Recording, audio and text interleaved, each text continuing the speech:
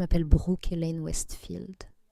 J'ai 15 ans et l'après-midi du 17 avril, je suis morte sur un sentier de randonnée. Je n'avais jamais beaucoup pensé à la mort avant. J'étais juste une lycéenne normale du Colorado qui aimait le volley-ball et passait trop de temps sur mon téléphone. Mes parents ont divorcé quand j'avais 9 ans, mais nous nous entendions tous encore bien. Maman travaillait comme infirmière et je vivais avec elle et mon petit frère Ethan pendant la semaine. Papa nous avait les week-ends.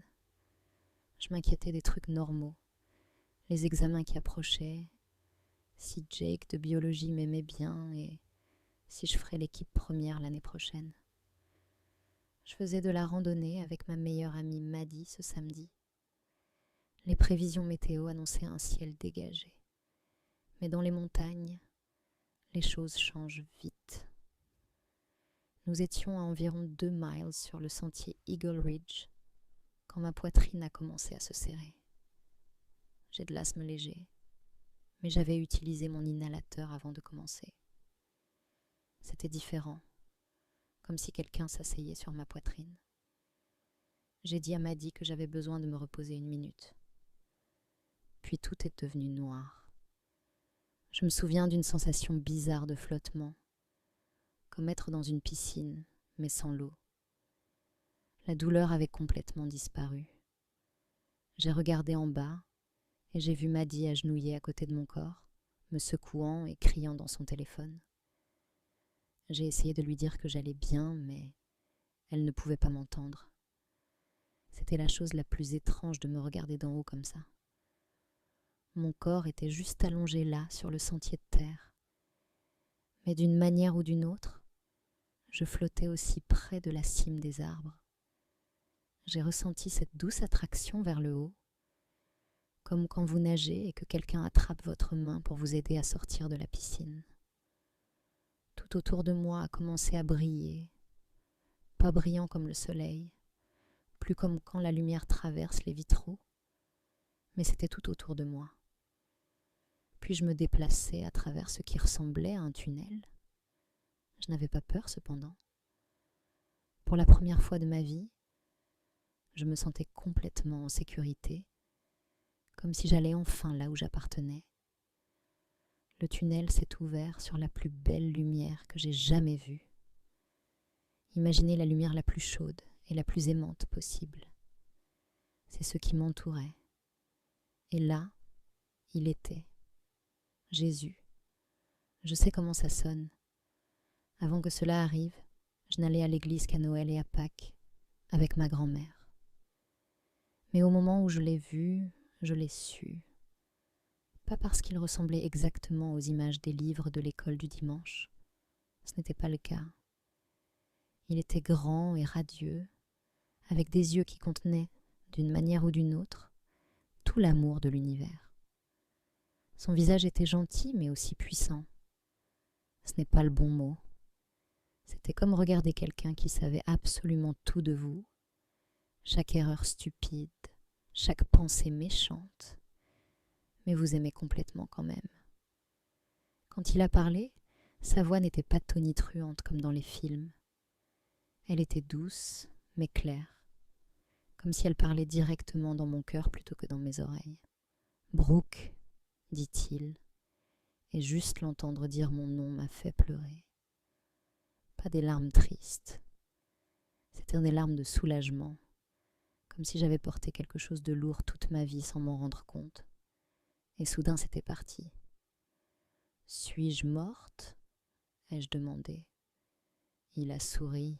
« Ton corps est entre les mondes en ce moment, mais je voulais te parler. » Il tendit la main et quand je la pris, quelque chose, comme une vague d'amour pur, me submergea.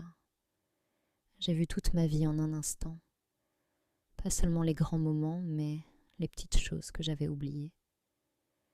Aider une vieille femme à ramasser les courses qu'elle avait fait tomber quand j'avais 8 ans. M'asseoir avec une fille qui pleurait dans les toilettes de l'école après avoir été harcelée. Laisser mon déjeuner à un homme sans abri en allant à l'école. Mais j'ai aussi vu quand j'avais été cruelle envers mon frère. quand j'avais fait des commérages sur mes amis, quand j'avais menti à ma mère sur où j'allais. La chose incroyable était qu'il m'aimait à travers tout cela. Chaque erreur, chaque bon choix. Je pouvais sentir que son amour pour moi n'était pas basé sur ce que j'avais fait de bien ou de mal. Il était juste là. Il y a quelque chose que j'ai besoin que tu vois, Brooke, dit-il. Quelque chose d'important pour que tu comprennes un des partages. La scène autour de nous a changé. Nous nous tenions soudains sur ce qui ressemblait à des nuages, mais assez solides pour marcher dessus. Jésus fit un geste de la main et en dessous de nous apparut ce qui ressemblait à une carte vivante de la Terre. Je te montre 3 événements qui viendront avant 2030, dit-il. Non pas pour causer la peur, mais pour préparer les cœurs. La première vision apparut devant nous, comme si nous regardions à travers une fenêtre. J'ai vu des océans qui montaient, des tempêtes plus grandes que tout ce que j'avais vu aux nouvelles, des villes que je reconnaissais, Miami, New York, Tokyo, avec de l'eau qui coulait dans les rues. Mais plus que de le voir, je pouvais sentir la peur des gens qui le vivaient. La terre gémit alors que la création s'efforce, dit doucement Jésus. Ce que tu vois était l'accélération des patterns climatiques. Les eaux monteront plus vite que prévu. Les nations insulaires crieront en premier, mais beaucoup de côtes suivront. J'ai ressenti des larmes couler sur mon visage. Tous ces gens, ai-je chuchoté. Regarde attentivement, dit-il. Alors que les eaux montèrent dans la vision, j'ai aussi vu quelque chose de beau se produire. Des gens s'aidant les uns les autres, des étrangers ouvrant leurs maisons, des nations qui avaient été ennemies travaillant ensemble, des églises devenant des abris. Ce n'était pas seulement un désastre, c'était aussi l'humanité à son meilleur. Dans la grande épreuve vient l'unité qui ne pouvait être trouvée dans le confort, expliqua Jésus. Les cœurs se tourneront les uns vers les autres, et dans ce tournant, beaucoup me trouveront aussi. La scène passa à une deuxième vision. Cette fois, j'ai vu ce qui ressemblait à des pannes massives. Des villes s'assombrissant une après l'autre, des gens incapables d'utiliser des téléphones, des ordinateurs, quoi que ce soit d'électronique. Les systèmes que l'homme a construits sont devenus à la fois tours et béquilles, dit Jésus. Un temps vient où ils faibliront pour une saison. Ce qui a été construit sur l'orgueil sera humilié. Dans la vision, j'ai vu la panique au début, mais puis quelque chose a changé. Les gens sortaient de leur maison. Ils parlaient à des voisins qu'ils n'avaient jamais rencontrés avant. Ils partagèrent de la nourriture, jouaient de la musique, racontaient des histoires. Les enfants jouaient dehors au lieu de sur des écrans. Dans l'obscurité, les gens se sont trouvés, dit Jésus. Quand les lumières de l'homme s'éteignent, ma lumière brille plus fort. Beaucoup d'âmes qui ne pouvaient pas m'entendre à travers le bruit me trouveront dans le silence. La troisième vision était la plus difficile à regarder. J'ai vu une maladie se propager, pas comme le Covid que nous avions tous vécu. Quelque chose de différent. Dans la vision, les gens avaient peur d'être près les uns des autres encore, mais cette fois j'ai vu quelque chose de plus sombre en dessous, comme si la peur était nourrie d'une manière ou d'une autre, utilisée. Une nouvelle maladie émergera, dit Jésus. Mais la plus grande maladie sera la peur elle-même et comment elle divise les cœurs les uns des autres. Certains utiliseront cette peur pour contrôler et séparer mes enfants. Mais même dans cette troisième vision, j'ai vu l'espoir percer. Des gens refusant d'être séparés par la peur. Des médecins et des infirmières travaillant sans relâche. Des communautés trouvant des moyens de prendre soin les uns des autres, tout en restant en sécurité. Et le plus beau, j'ai vu des gens prier ensemble. Pas dans des églises, mais dans des maisons, dans des hôpitaux, dans des parcs, comme une vague de prières se répandant à travers le monde. Dans chacun de ces événements, souviens-toi de ce que tu vois, dit Jésus en se tournant pour me faire face directement. Ce n'est pas le désastre qui définit le temps, c'est comment les cœurs répondent. Certains se détourneront de moi avec colère, me blâmant pour la souffrance. D'autres se tourneront vers moi et découvriront que j'attends avec les bras ouverts. Il posa ses mains sur mes épaules et ses yeux regardèrent directement dans les miens. J'ai senti qu'il pouvait voir chaque coin de mon âme. Brooke, je ne te montre pas ces choses pour te faire peur ou effrayer les autres. La peur ne vient pas de moi.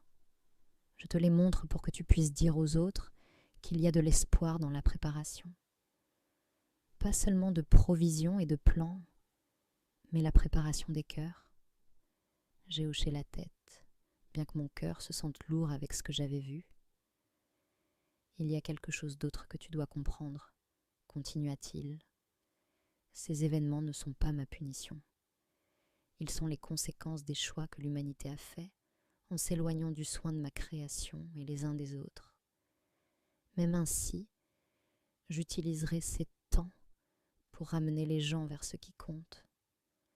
L'amour, la communauté, la compassion et la foi. Il prit ma main encore et me mena vers ce qui ressemblait à un mur massif de lumière. À l'intérieur, je pouvais voir des millions de fils dorés, tous connectés les uns aux autres, pulsant de lumière. Chaque fil est une prière, expliqua-t-il. Regarde ce qui arrive quand juste une personne prie. Il toucha un des fils et il s'illumina brillamment. La lumière voyagea le long de ces connexions, illuminant des centaines puis des milliers d'autres fils. Les effets se répandirent comme des ondulations dans l'eau. C'était ta prière le mois dernier quand tu as prié pour ton amie Zoé qui luttait contre la dépression, dit-il. J'ai allaité. Mais rien ne s'est passé. Elle lutte encore. Jésus sourit doucement. Rien que tu pouvais voir n'a changé, mais regarde. Il me montra comment ma prière avait renforcé Zoé de manière que je ne pouvais pas voir. Elle lui avait donné juste assez d'espoir pour traverser son jour le plus sombre. Et la prière avait fait plus. Elle avait touché le cœur de sa mère pour qu'elle la vérifie au bon moment. Elle avait inspiré son conseiller avec les bons mots à dire. Elle m'avait même atteinte de manière que je ne reconnaissais pas, me donnant la patience de m'asseoir avec elle quand elle avait besoin de quelqu'un. Une seule prière sincère crée des ondulations à travers des dimensions que tu ne peux pas voir, dit Jésus. Dans les temps qui viennent, la prière ne sera pas seulement importante, elle sera essentielle. Nous nous sommes tenus là en silence pendant un moment. J'avais l'impression que je pouvais rester en sa présence pour toujours. La paix était si complète, si parfaite. Rien dans ma vie n'avait jamais semblé si juste. Puis-je rester avec toi ? ai-je demandé, ma voix petite. Je ne veux pas retourner. Ses yeux se remplirent d'une telle tendresse que cela fit mal à mon cœur. Mon doux enfant, dit-il, je comprends. C'est la maison, ta vraie maison. Et un jour tu reviendras ici, mais tu as un but qui n'est pas encore fini. Quel but ? ai-je demandé. Être une lumière, dit-il simplement. Partager ce que tu as vu, aider les autres à préparer leur cœur. Pas dans la peur, mais dans l'espoir. Beaucoup feront face à ces temps effrayés et seuls si des voix comme la tienne ne parlent pas de ce qui est au-delà de la souffrance. J'ai recommencé à pleurer. La pensée de quitter cette paix parfaite, cet amour complet, semblait insupportable. Je ne te quitterai pas, promit-il, essuyant une larme de ma joue. Même quand tu ne peux pas me voir comme ça, je suis avec toi toujours. Et maintenant que tu as été ici, une partie de toi se souviendra toujours du chemin de la maison. Il m'a serré dans ses bras alors. C'était comme être enveloppé dans l'amour pur. Comme chaque bon câlin que j'avais jamais eu de ma mère. Mon père, mes grands-parents. Tous combinés, mais 1000 fois plus forts. J'ai senti son amour se déverser dans chaque endroit brisé en moi. Il est temps, chuchota-t-il. J'ai peur, ai-je admis. Je sais, dit-il. Mais le courage n'est pas l'absence de peur. C'est avancer malgré elle. Et tu ne seras pas seul. Il y eut une sensation de précipitation, comme être tiré vers l'arrière extrêmement vite. La lumière s'étira, tant de douleur dans ma poitrine. j'ai entendu des voix urgentes et professionnelles. Quelqu'un disant « Nous avons un pouls », l'intérieur d'une ambulance, un masque à oxygène sur mon visage, le hurlement des sirènes. J'ai essayé de parler, de leur dire ce que j'avais vu, mais je ne pouvais pas former des mots. Tout faisait mal. Ma poitrine avait l'impression d'avoir été écrasée. J'ai cligné des yeux vers le paramédical penché sur moi. « Tu vas aller bien, chérie, » dit-elle. « Tu es de retour avec nous maintenant ?» De retour, mais changé pour toujours. J'ai passé 3 jours à l'hôpital. Le médecin a dit que j'avais eu un arrêt cardiaque soudain d'une condition cardiaque non diagnostiquée. Ils ont appelé ça un miracle que Maddy connaisse la RCP de sa formation de sauveteur. Ils ont dit que j'étais cliniquement morte pendant presque 4 minutes. 4 minutes ici, mais ce qui semblait des heures là-bas. Le cardiologue se tenait au pied de mon lit d'hôpital, secouant la tête en regardant mon dossier. En 23 ans de pratique, je n'ai jamais vu quelqu'un de ton âge se rétablir si rapidement d'un arrêt comme celui-ci, dit-il. Surtout sans dommage cérébral après si longtemps, sans oxygène. Tu es tout un mystère médical, Brooke. Ma mère a à peine quitté mon côté, dormant dans la chaise d'hôpital inconfortable. Quand elle est sortie pour prendre un café, j'ai dit à mon père ce qui s'était passé. La vraie histoire, pas seulement l'explication médicale. J'avais peur qu'il ne me croie pas. Papa a toujours été le pratique, le sceptique. Il est resté silencieux longtemps après que j'ai fini de parler. Puis il prit ma main. Quand j'étais à l'université, dit-il lentement, mon colocataire et moi avons eu un terrible accident de voiture. Je ne t'ai jamais dit ça parce que, ça sonne fou. Mais j'ai eu une expérience. Pas exactement comme la tienne, mais j'ai vu quelque chose au-delà de cette vie. Je ne l'ai jamais oublié. Des larmes remplirent ses yeux. J'ai passé 20 ans à essayer de donner un sens à ça, essayant de retourner dans une vie normale. Et te voilà, ayant vu ça aussi. C'est alors que j'ai réalisé que ces expériences ne sont pas aussi rares qu'on le pense. Les gens n'en parlent juste pas beaucoup. Ils ont peur de sembler fous ou d'être jugés. Quand je suis rentrée de l'hôpital, tout avait l'air différent pour moi. Les couleurs semblaient plus brillantes, le ciel plus beau. Même les choses ennuyeuses comme les jeux vidéo bruyants de mon frère ou les devoirs ne me dérangeaient pas autant. Je me suis trouvée à remarquer les gens plus, vraiment les voir. La caissière à l'épicerie avec des yeux fatigués, l'enfant assis seul au déjeuner, la voisine âgée luttant avec ses poubelles. J'ai commencé à avoir des rêves aussi. Pas des rêves normaux. En eux, Jésus continuait à me montrer des choses, expliquant plus sur ce qui vient. Tout n'a pas encore de sens.